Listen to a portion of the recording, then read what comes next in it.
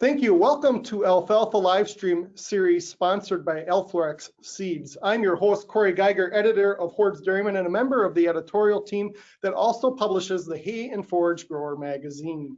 We are broadcasting from the Cheese Cave, our studio in downtown Fort Atkinson at the historic W.D. Hoard & Sons Company building commissioned by Wisconsin Governor W.D. Hoard, who is also a pioneer in alfalfa. And it's one of the main reasons that the Hoard's Dairyman Farm, that's active to this very day, is on the Register of National Historic Places by the U.S. Department of Interior. I look forward to serving as a host for this monthly four-part webcast sponsored by Elflorex Seeds. Today's presentation will be on forage quality parameters in alfalfa. All of our presenters will be welcoming questions from our viewers during the second half of this hour-long webcast. To ask a question, use your GoToMeeting platform and type a question into the panel. I would like to first welcome Ron Cornish, General Manager of Alforex Seeds. Alflorex Seeds and their partners provide ruminant animal producers and commercial hay growers with agronomic support, education, and alfalfa varieties for today's alfalfa producers. Thanks for joining us, Ron. Thanks, Corey. Welcome to Alfalfa Livestream webinar series sponsored by Alforex Seeds. This is our second webinar and in a four-part series. Today, our panelists will be discussing forage quality parameters in alfalfa. And we hope that you find these webinars informative and be able to take some of the information back to your own farm or to your customers.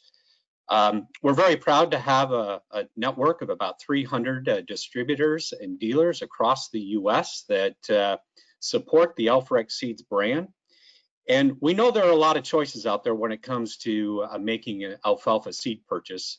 We feel that Alforex focus on alfalfa and other forages sets us apart from many of them. We also pride ourselves on variety development with our connection back to Corteva Agriscience, our parent company. And they are, R&D program is one of the largest alfalfa breeding programs in the world. Again, thanks for attending the webinar, and I hope everybody's having a good new year. And Corey, I'm going to turn it back to you. Thank you, Ron. To get us off and rolling on the topic, forage quality parameters in alfalfa, let's go to our first poll question. And this is a poll question that all our attendees can go ahead and answer.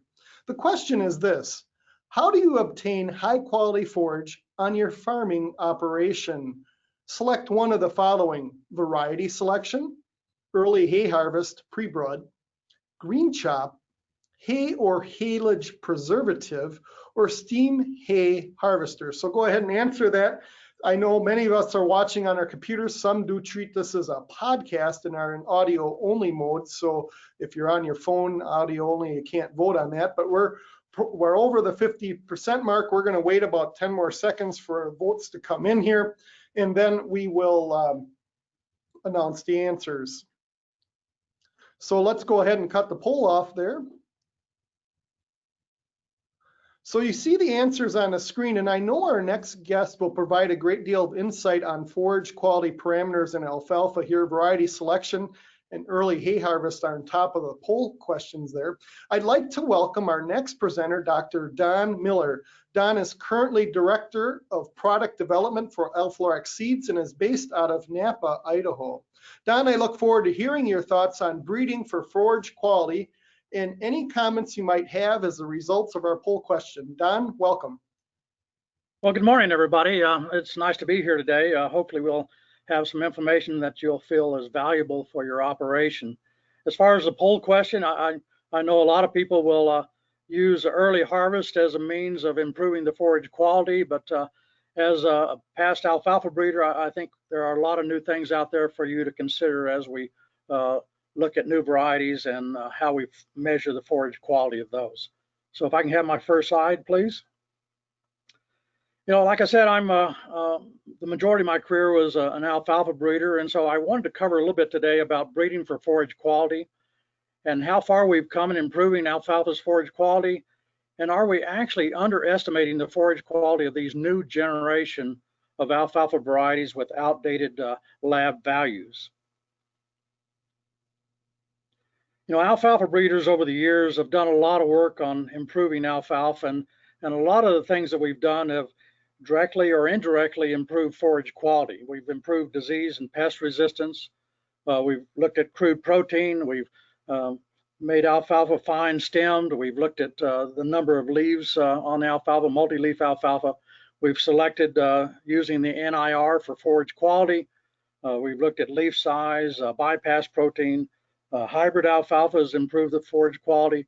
We've also looked at grazing tolerant alfalfas as a means of animals directly feeding on the alfalfa to get better quality.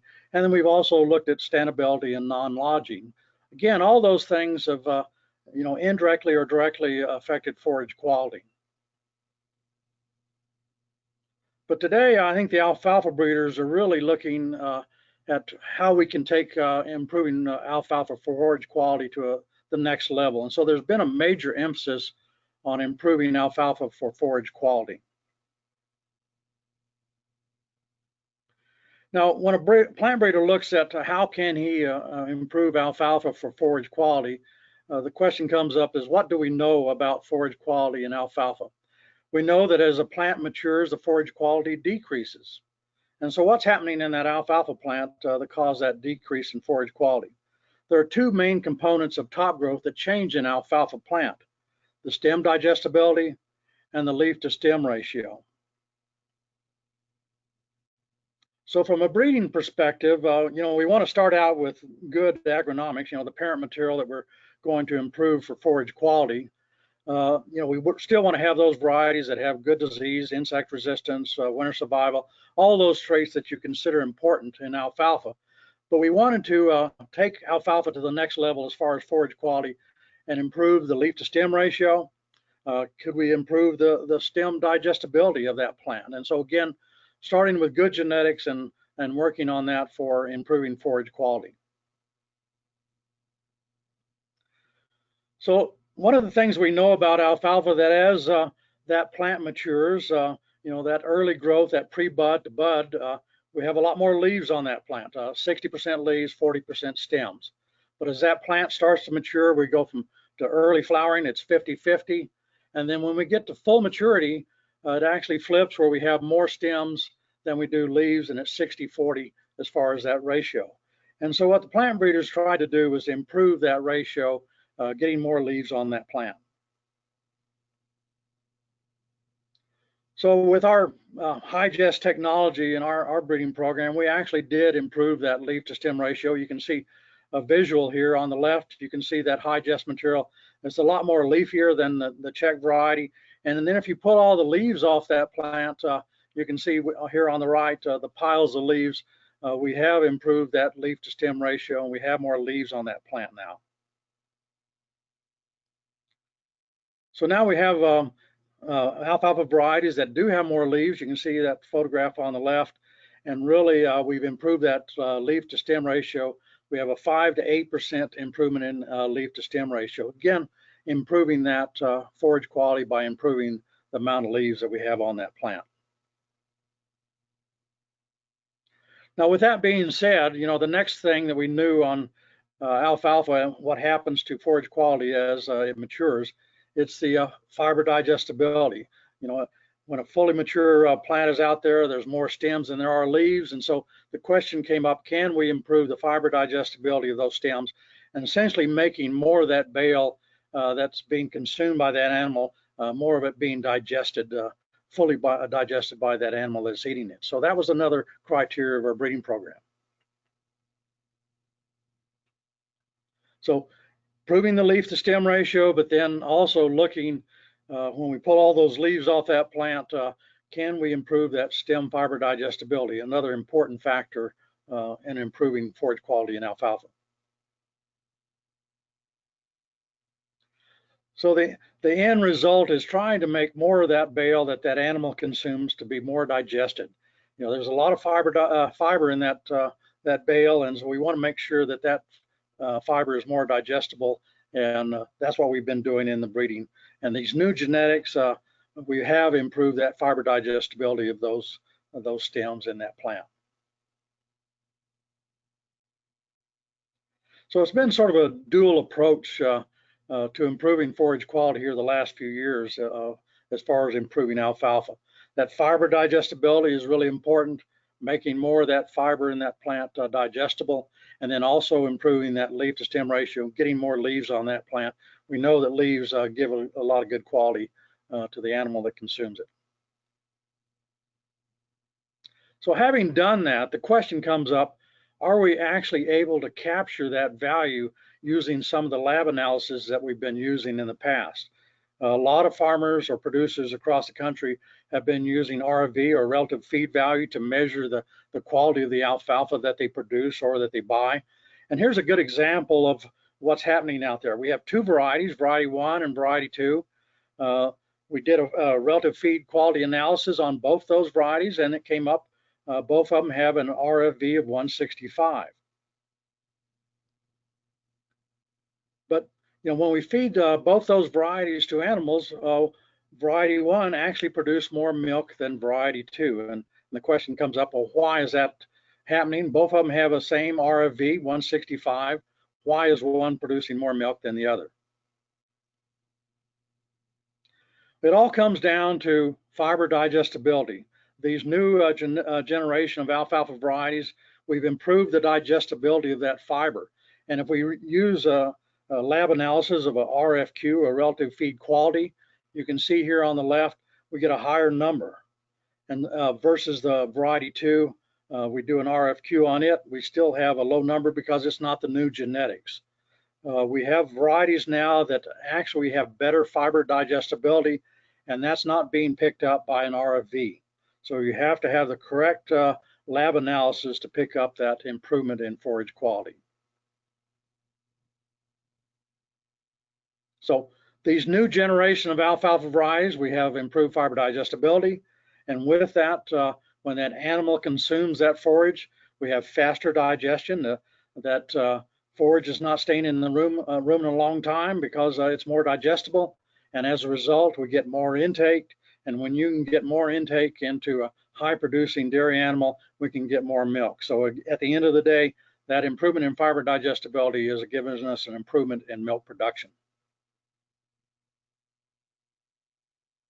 So measuring forage quality of these new generation varieties, you really need to look at the analysis that they're using to capture that value.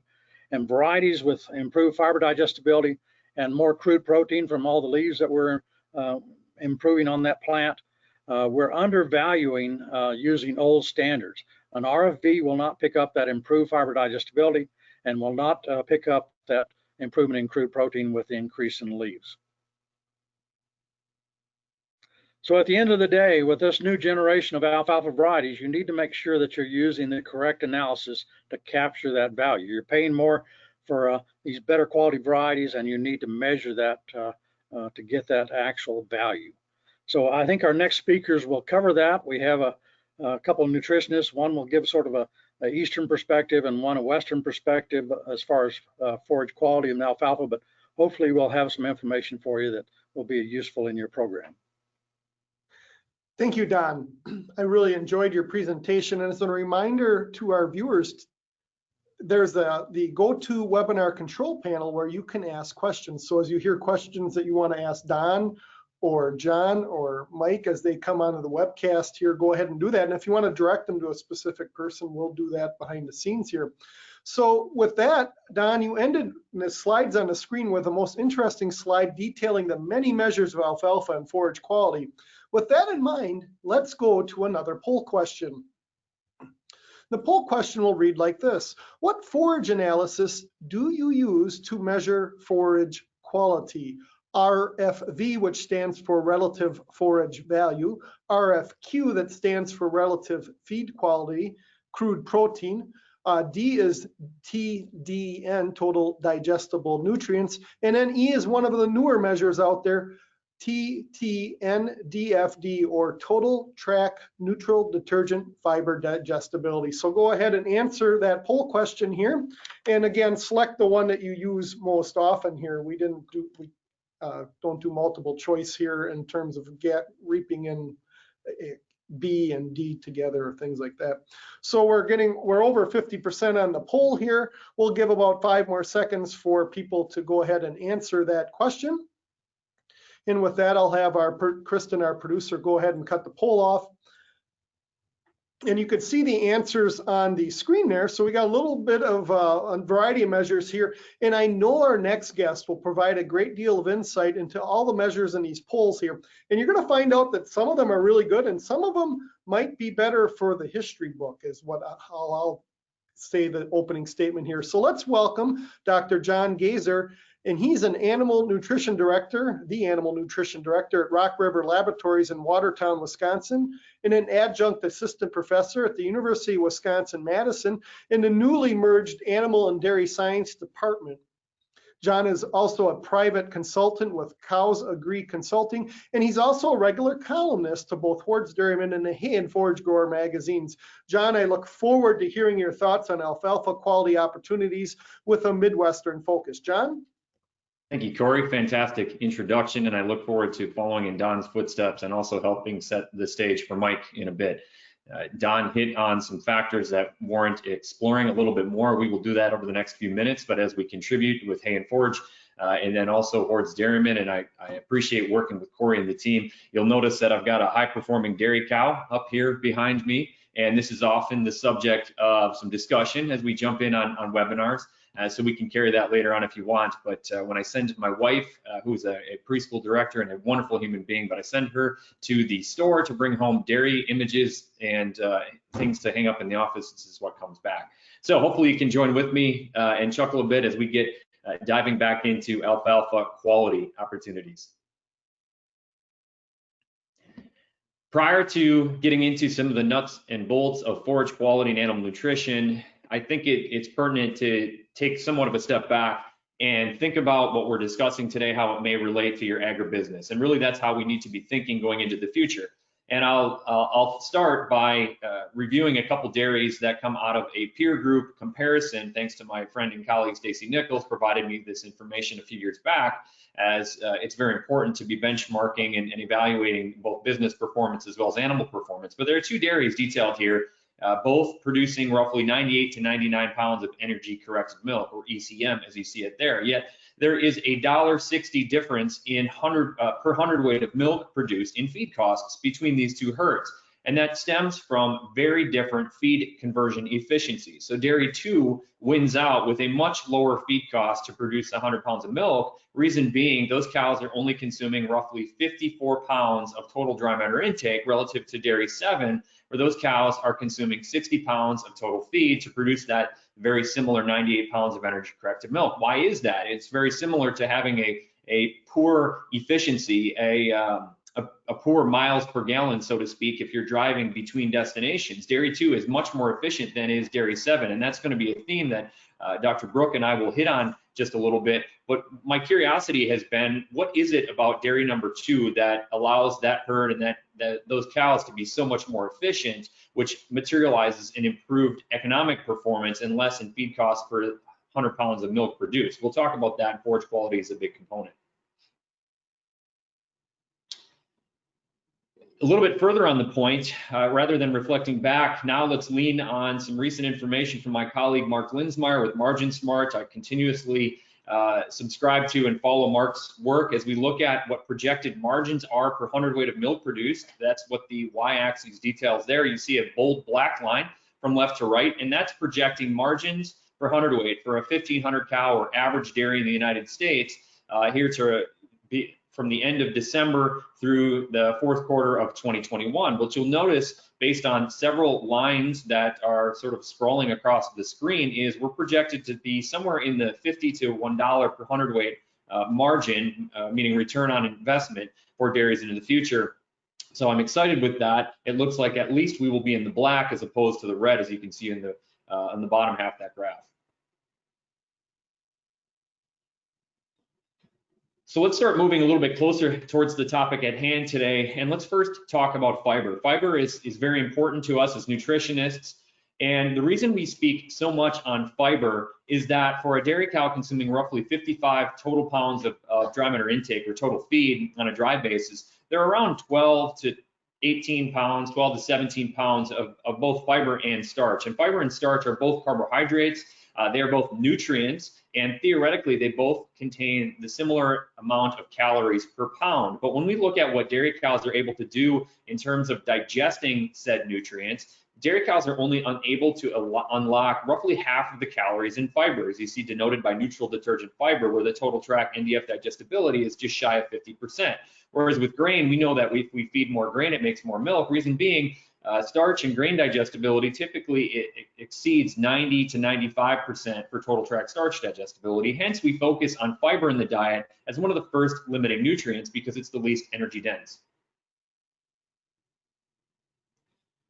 So recognizing that the more fiber we have in the diet, that dilutes out grain and starch and sugar and results in less energy per pound, let's look at what haylage, as we speak about the Midwest through the Northeastern US, what haylage fiber contents have looked like the last 5 to 6 years. We'll lean on some Rock River Laboratory data graciously provided by my team. You can see 2015 through 2020 on the y-axis. These are samples analyzed, many tens of thousands of samples analyzed by the laboratory for haylage.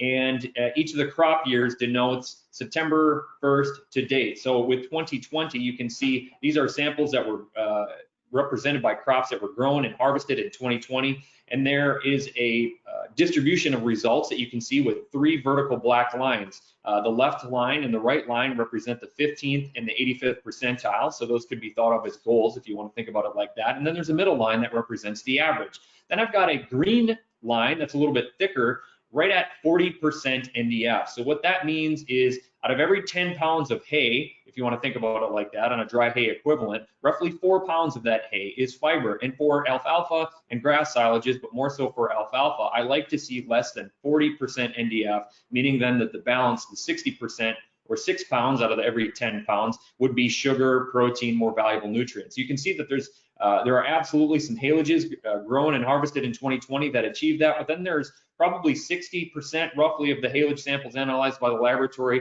that still leave a little bit less to be desired.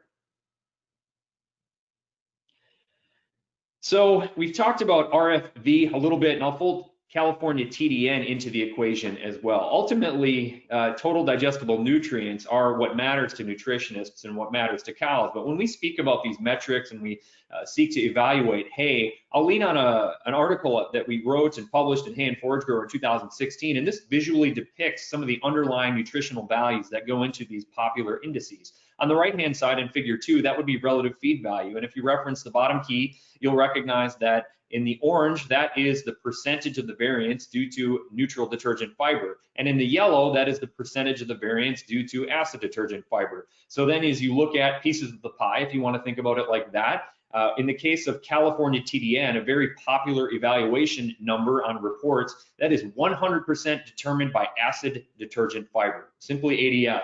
In my mind, I don't care a whole lot about ADF as a nutritionist. I know there are many other nutritionists out there. In the case of RFB, that moved us a slight step forward by looking at neutral detergent fiber, which is a more appropriate description of fiber, just total fiber. But you don't see, as we look at Ndf digestibility, there isn't any accounting for Ndf digestibility in these metrics. So let's proceed forward and continue talking a little bit about fiber digestibility like Don did, and then Mike will speak about a little bit further.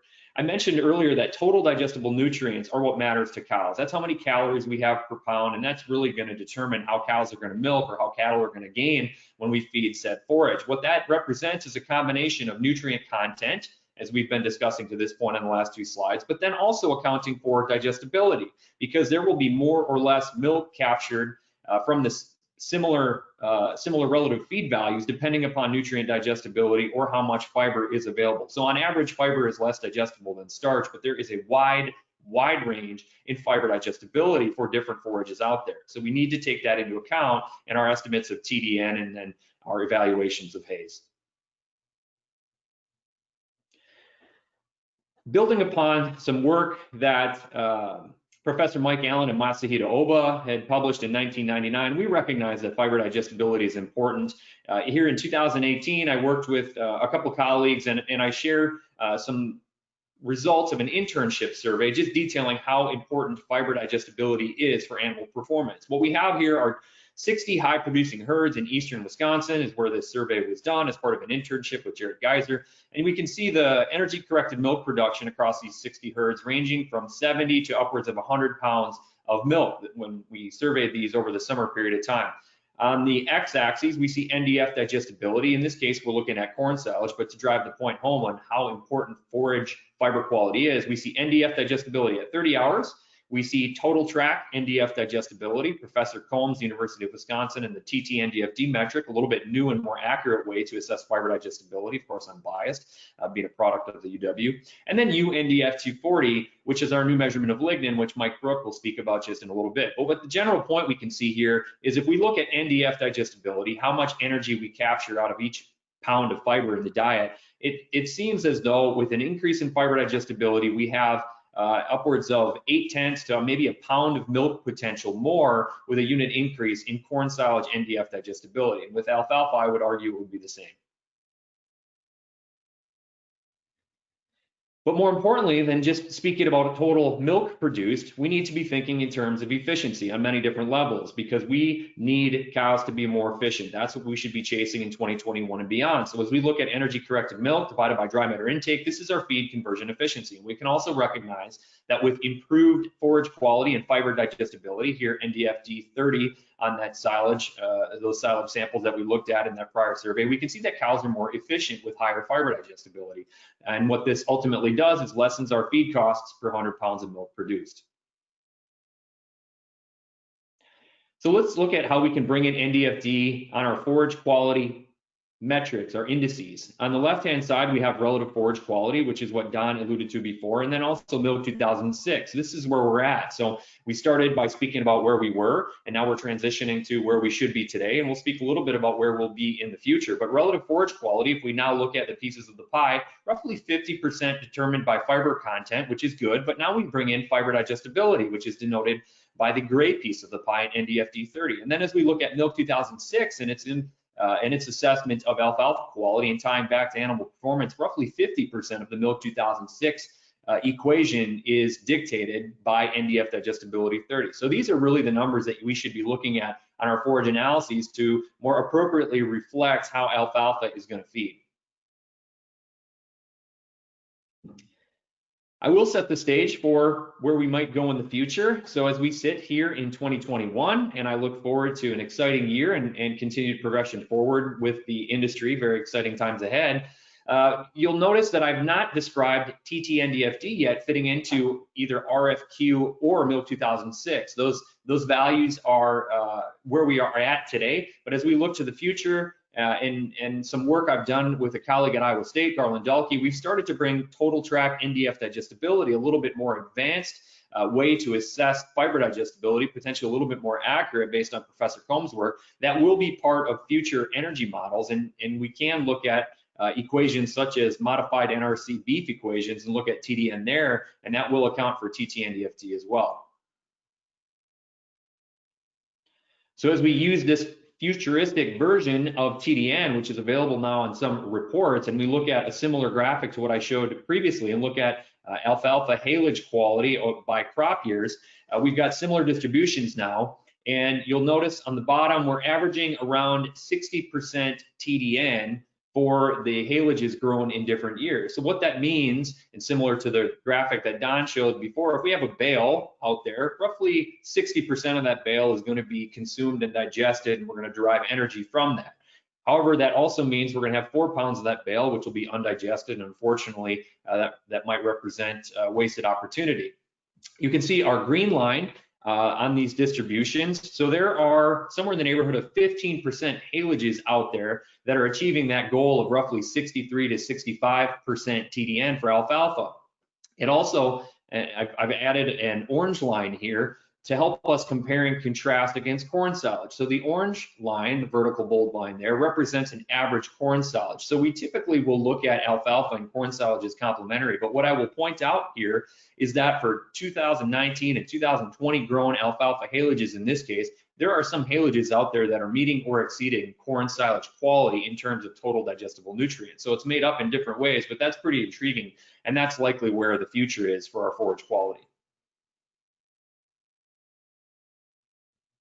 There's been quite a bit of discussion with our industry, particularly in the last few years, about reduced or low lignin alfalfa. And so I won't spend as much time with this slide and this table. However, I would encourage you, if you are considering, and many are at this time of year, seed choices. For example, I was carrying some of those discussions yesterday, earlier this week, last week, and last year, both on farm and webinars and in-person discussions such as this. But if you're considering some lower lignin or reduced lignin lines, bring these numbers to your nutritionist if you'd like to project some milk production. So you can see we've got conventional alfalfa on average through Rock River Laboratory. We average around 40%, 44% fiber with around 7.5% lignin. But if we recognize, or we have reason to believe we could have an 8, 10, or 20% reduction in lignin, which is what we see on the right-hand side of the table, that will decrease our lignin content as low as 6.8 to 6.0% of dry matter.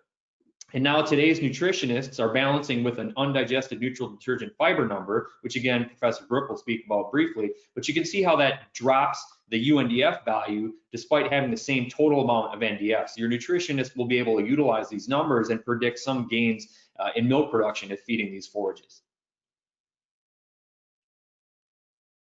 So as I wrap up, and I alluded to this on social media when coming in today, but I hope this slide drives the point home. As we work to be progressive in the future and improving our bottom lines, we have to recognize, and I will acknowledge the poll. We still are out there using relative feed value quite a bit, but I think this slide speaks for itself. And if I had my way, we would be sending the relative feed value and California TDN metrics by way of the graveyard and look to bring in some of our index values that will account for fiber digestibility to help us make decisions that will be reflected in our checkbook down the line.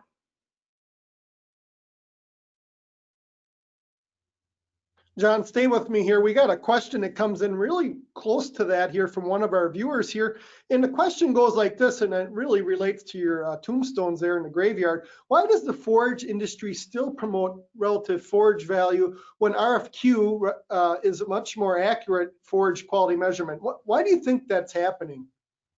We are transitioning in our language, and so learning a new language, as I can attest to with my Duolingo app, it's not all that easy. So if our universe has been defined by relative feed value that we've grown up and we've valued hay for a number of years, it's not been an easy transition learning a new language. So relative feed value and relative forage quality were developed so that they were on the similar average and similar range and distribution.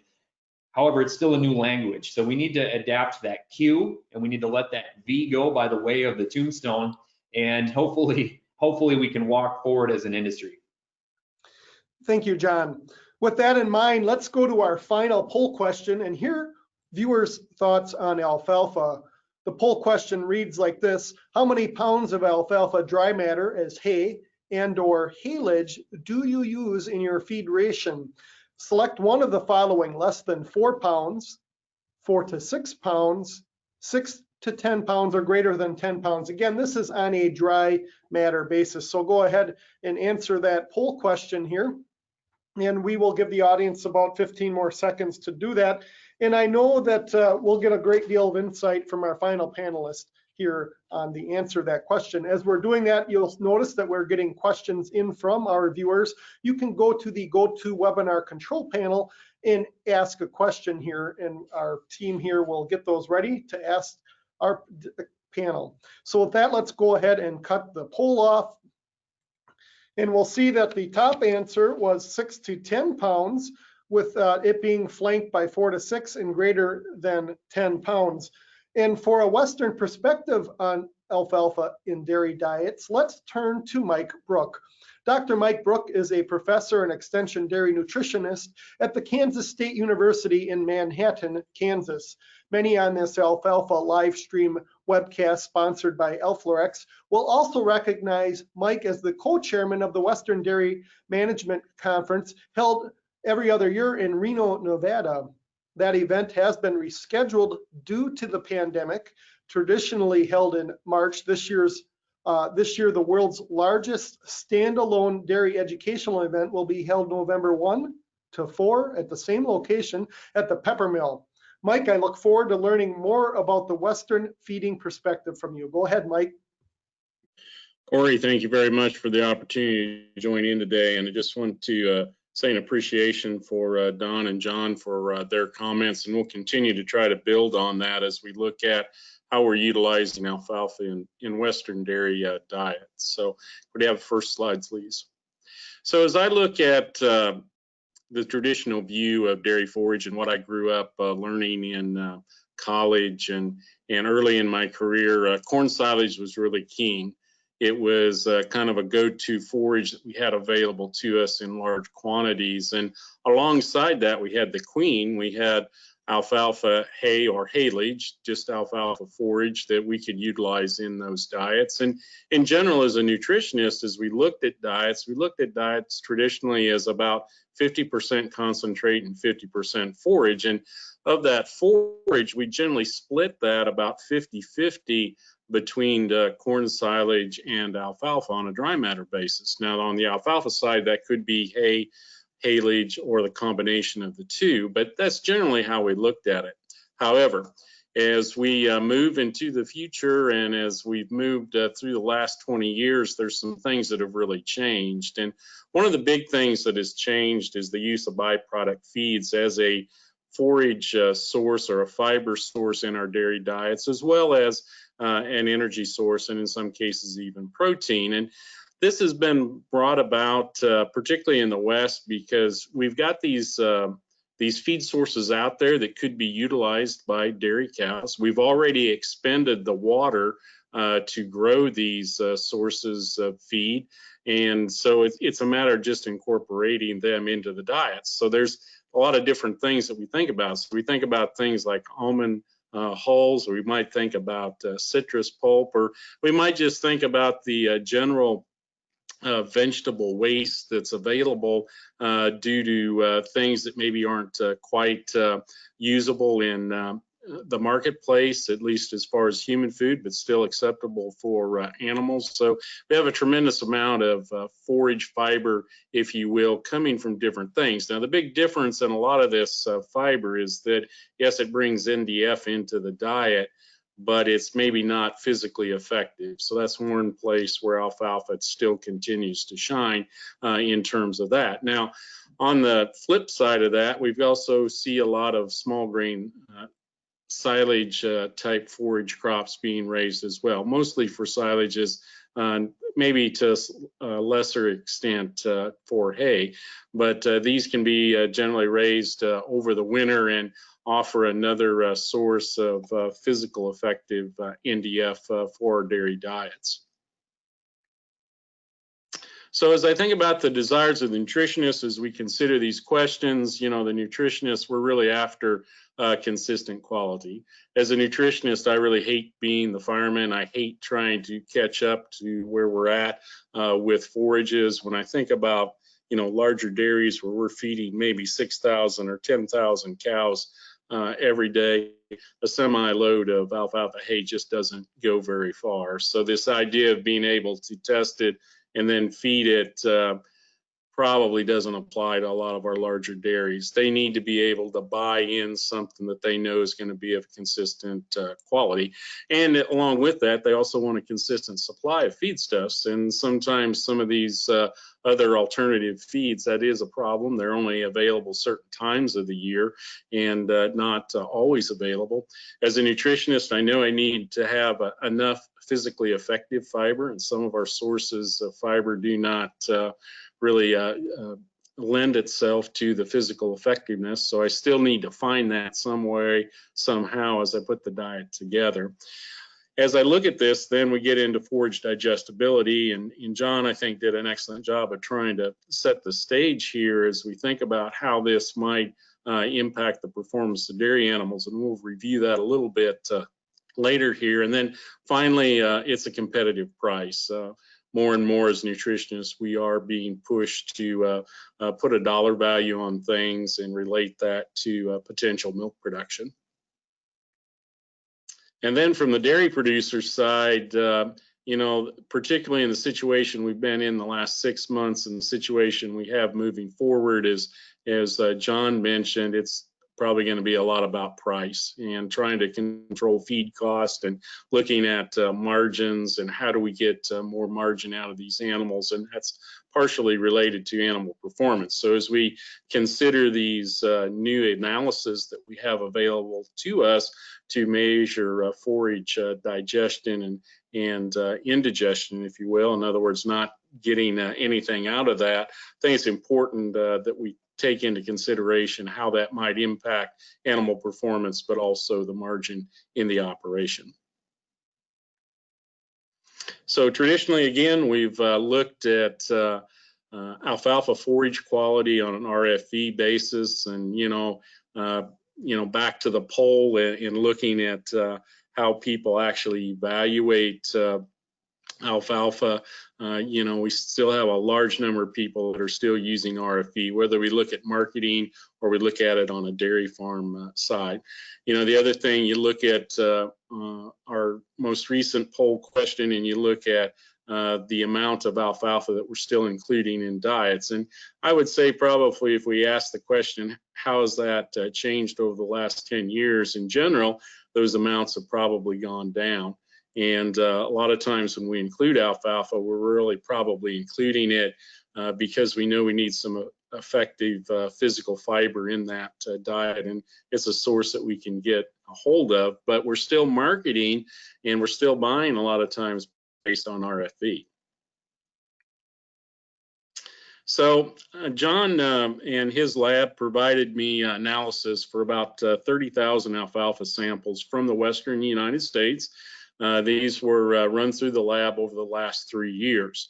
I took those and I divided them into different categories based on RFV, and that's what you see along the bottom of the chart, and then percentages or what goes up on the left side of the chart.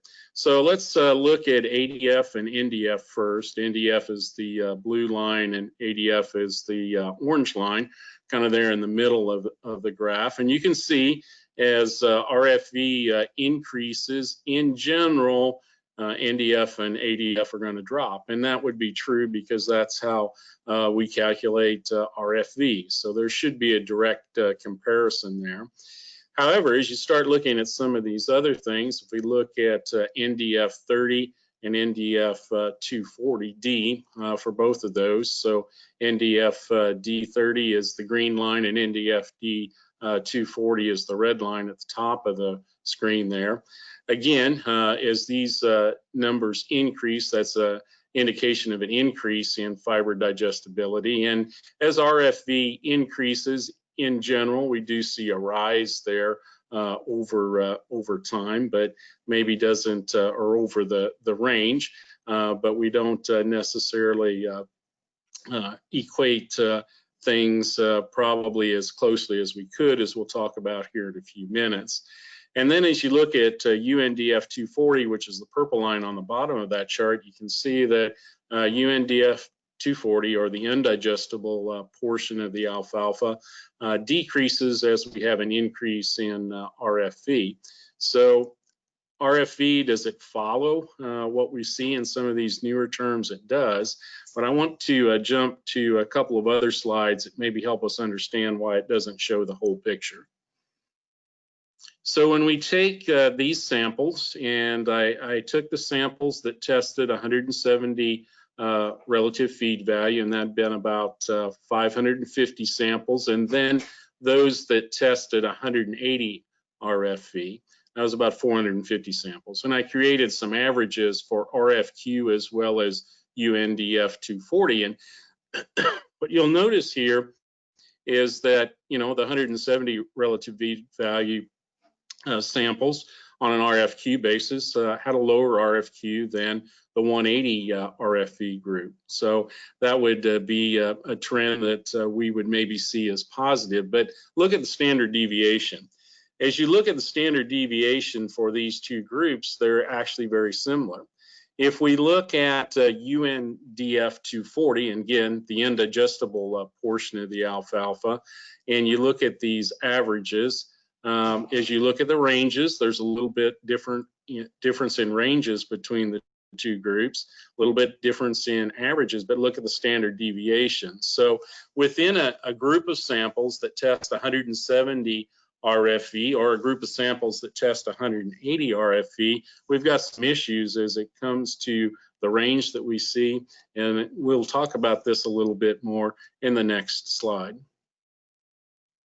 So I took those samples that tested 170 RFV, so about 550 samples here, and I regressed their Ndf 30 values against Ndf 240, drew a regression line. So what this gives you is within 170 relative feed value, what is the range that we might see in Ndf 30 as well as Ndf 240.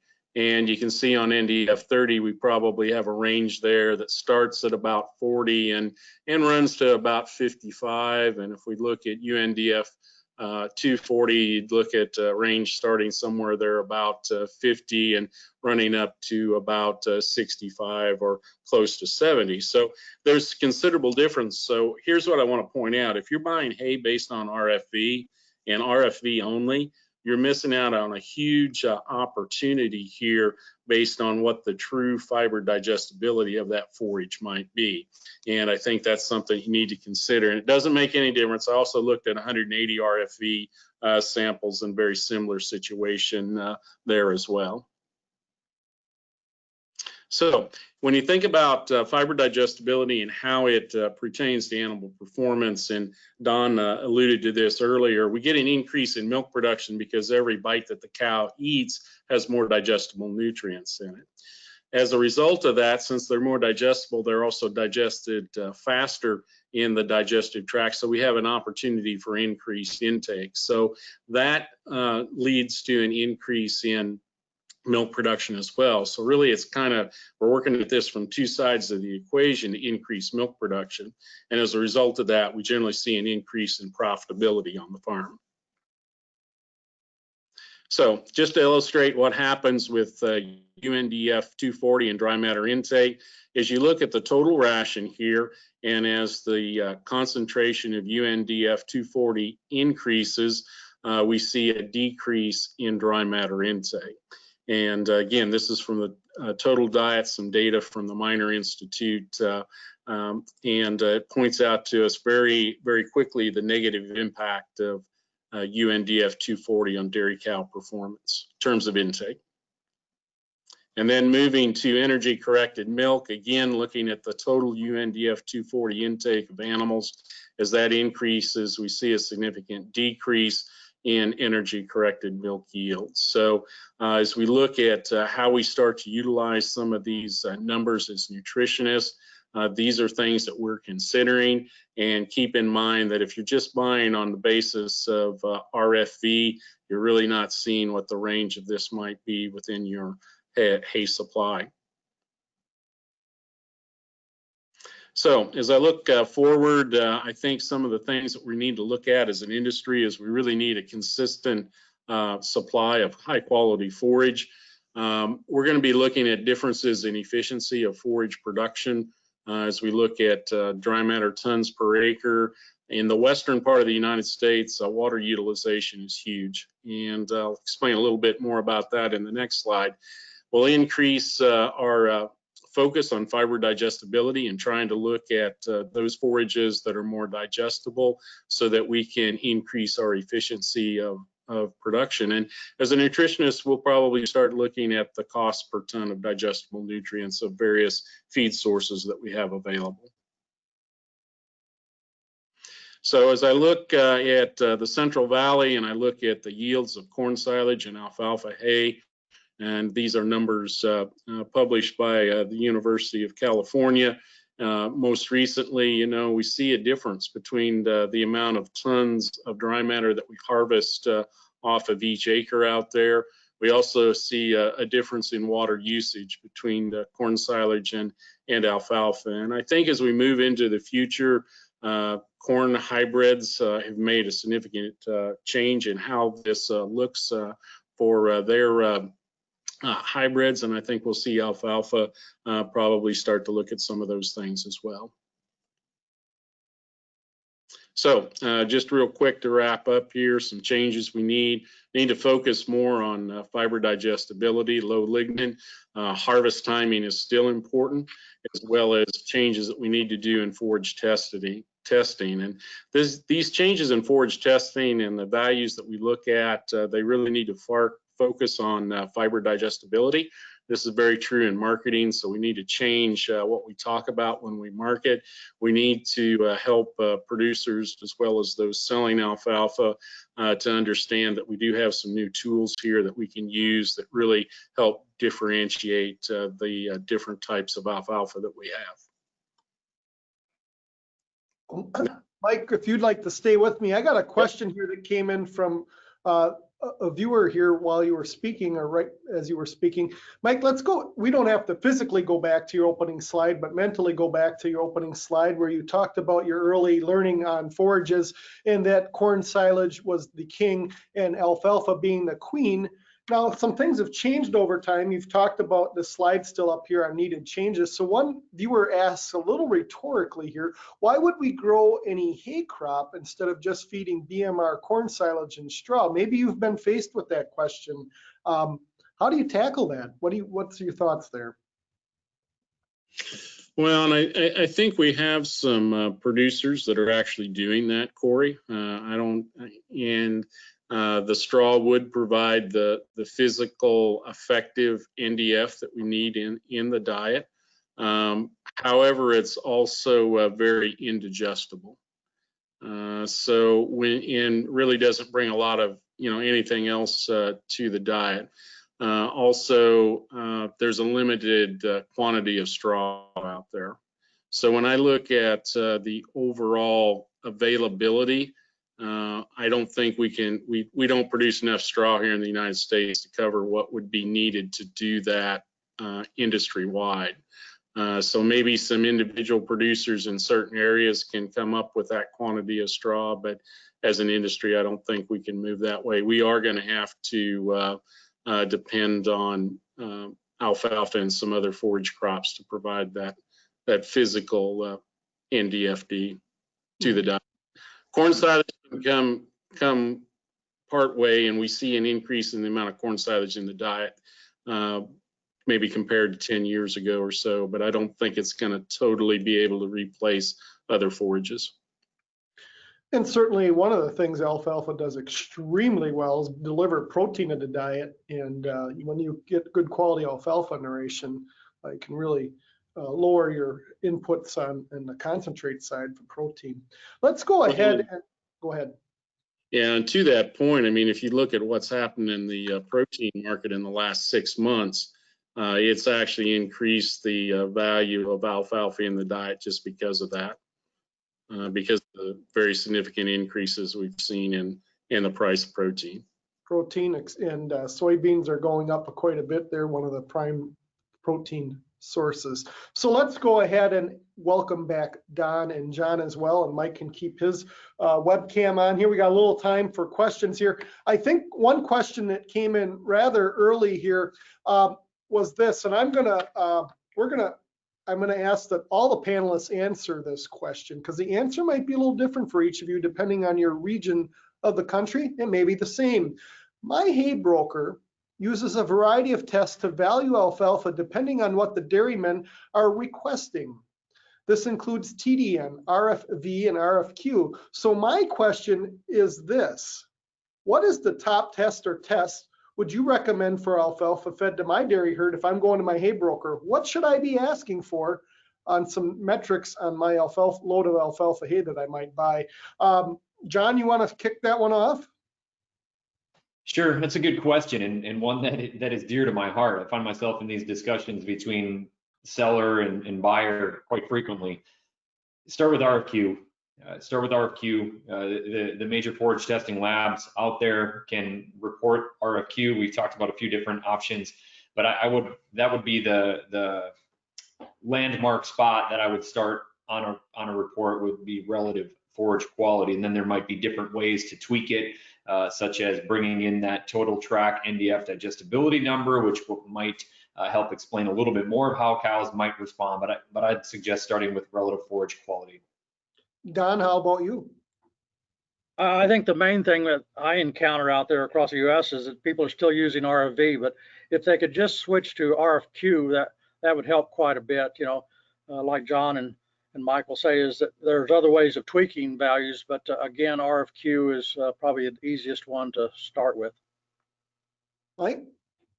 Yeah, I would concur with John and Don. If we could just get to RFQ as a start, and then for those more intensively managed dairies, they're going to probably start asking for some other things, whether it be TT-NDFD or just simply looking at NDFD over a couple, 2 or 3 different time points. This next, I'm going to follow up. This question just came rolling in here, and it dovetails so nicely into this. And the question is this: how could I do a comparison to show our growers, and I'm assuming this is coming from a dairyman here or dairy woman, show our growers the value difference? Would a side-by-side test, you know, and I think what this person's saying, a side-by test, maybe we show the results of a lot of hay, alfalfa hay on RFQ and RFV, and show them what we're missing on that. Or but the big question here is, what suggestions do you have to promote better testing? I think, you know, as we have these great varieties out there, we need to capture everything from them. Mike, do you want to tackle that one first? Yeah, so a side-by-side test is a way to do that, but typically we do that on farm, and statistically it really isn't. It's very difficult to do that and have anything that's really statistically analyzed correctly based on just simple pin data. So what I would suggest, rather than doing that, there's great research data out there, and John shared a little bit of it in his presentation, and there's more out there where we can look at things like UNDFD and look at the different amounts that we would have coming into the diet if we used various qualities of alfalfa hay, and we can demonstrate it that way. I would be where I would start. John or Don, anything to add there? Not on my end. I think it is sort of difficult to get enough volume to go, you know, side by side to go to a dairy and show the actual improvement in milk. But I think the analysis there do show that some of these newer alfalfas are more digestible, and there's data to back that up. When it comes to making decisions, and regardless of forage type, so I was with a multi-site dairy yesterday, and we were describing how to evaluate seed corn for our silage hybrids and varieties. And so Milk 2006 is 15 years old at this point. But the concepts behind Milk 2006 are fantastic. As Randy and Joe Lauer and the authors of that put that program together, it's about how can we capture the most milk per acre, and whether that be an acre of corn or whether an acre of alfalfa. So with today's forage analyses, and if we're doing side-by-sides on farm, or if we're using some regional data from any of the number of hybrid or variety trials, excuse me, I shouldn't use the word hybrid, variety trials out there, looking at digestible yield, and then looking at and balancing that against cost. So it's a little bit complex. I won't go into it in too much detail here, but consider and give some thought to looking at digestible yield per acre. And there was another article I wrote in Hay and Forage talking about the yield and quality trade-off, where we described some of that. And it's a curvilinear relationship. We know that alfalfa continues to increase on a linear basis, somewhere in the neighborhood of 100 to 150 pounds of dry matter per ton per day, I believe, citing Dan Understander. But there's a quality drop-off at some point. So we can look at that curvilinear relationship, and we can look at where the optimal digestible yield is by using relative feed quality, relative forage quality against yield. We're going to go to speed round here, and the order of these questions are going to go here. John's going to get the first one, Mike's going to get the second one, and Don will get the third one here that's in the queue. We're going to go to John here. Let's talk lignin. How important a factor is lignin, and what role does it play when compared to the other ration components? You know, lignin's an interesting aspect of feed quality, and one thing that we often forget about is starting with an acre of ground. in the plant and plant health in the field. But lignin is important for plant health. It's important for standability, but also for disease resistance. I know that for a fact in the case of corn. I might defer to Don to answer a little bit more of how it may relate to forage plant health with alfalfa. But in the rumen, lignin is our enemy. It is the pure, to keep my language correct, the pure garbage that is in forage. It is indigestible, and roughly 2 to 3 times the lignin value is completely indigestible for animals. So if we've got, say, 7% lignin, you can multiply that number by roughly 2 to 3, and that's going to be the percentage of feed that's completely indigestible. So think about it like the rebar in concrete. Wow, that is a heck of an analogy, John. You get the gold star for analogies there. Mike, you probably deal with this perhaps more than anyone on the panel. How would you price dairy quality alfalfa using RFQ versus RFV? And the viewer says this: I generally receive $1 per RFV point above what the dairyman would say their cutoff point is. So if the dairyman says the cutoff point for RFV is 160, every point above would be an additional $1. So the question is, how would you price dairy quality alfalfa? So a couple of things I think to keep in mind here is that RFV was designed as a marketing tool for alfalfa hay.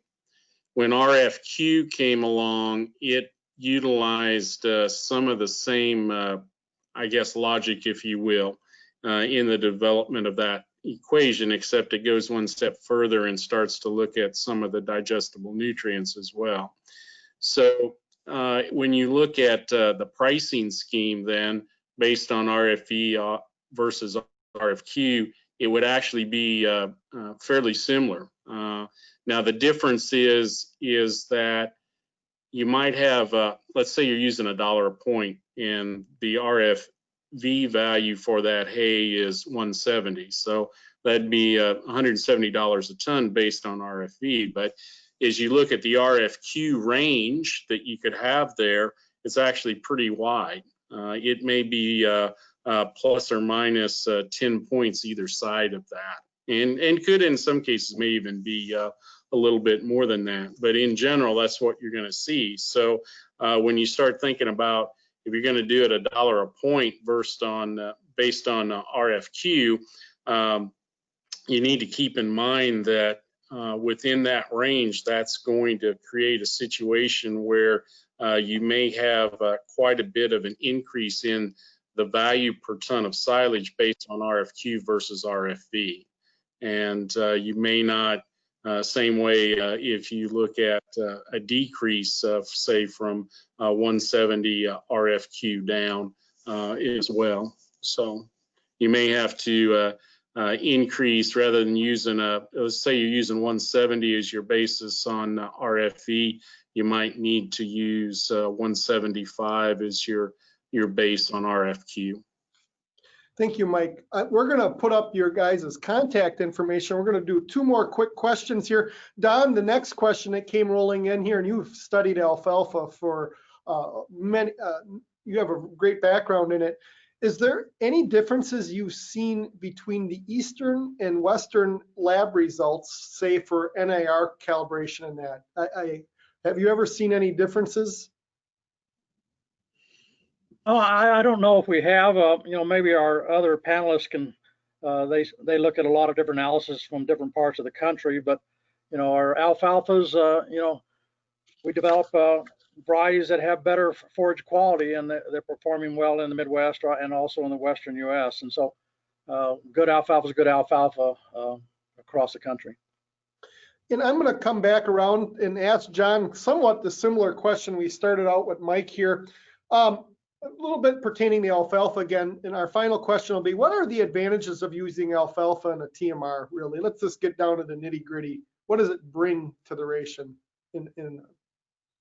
Alfalfa brings a nice complement to corn silage in crude protein, first and foremost, some digestible sugars if we do a good job preserving it, either with hay or as alfalfa haylage or silage, or even baleage. And it brings, and we hit on this earlier, crude protein. And right now with crude protein and the protein complex going through the roof with the growing environment in South America and Brazil and Argentina in particular not being all that conducive to growing great beans this year. Protein costs are going through the roof. The U.S. is being leaned on as a little bit more of an exporter of beans, and we're needing to start to ration, I think, some of our inventory and carryover. So protein right now, and the protein that alfalfa can bring in is extremely valuable and complemented to corn silage and some of our other high energy feeds. Well, thank you. That's all the time we have for questions and answers, and I appreciate Mike, John, and Don helping us out with that and providing great insight. Reminder to mark your calendar for our next presentation in the series. That'll be February 4th, 2021, so the first Thursday of the month. It'll be 11 o'clock Central Standard Time, and our panel discussion will be how to maximize alfalfa yield. As a reminder to all our viewers, you're going to be receiving a survey. We'd ask that you fill that out so we can improve our program and make Alfalfa live stream even better. Our panelists for that February 4th event will be Dr. Don Miller with Alforex Seeds, Steve Norberg, with the Washington State University, and Professor Emeritus Bruce Anderson with the University of Nebraska at Lincoln. Again, I'd like to thank Don Miller with Alflorex Seeds, Mike Brouk with Kansas State University, and John Geiger with the Rock River Laboratories, and most importantly, to you, our viewers, for watching this Alfalfa live stream webcast sponsored by Alflorex Seeds. I'm Corey Geiger, your moderator, and I wish you all a great day. Take care, everyone. Thank you.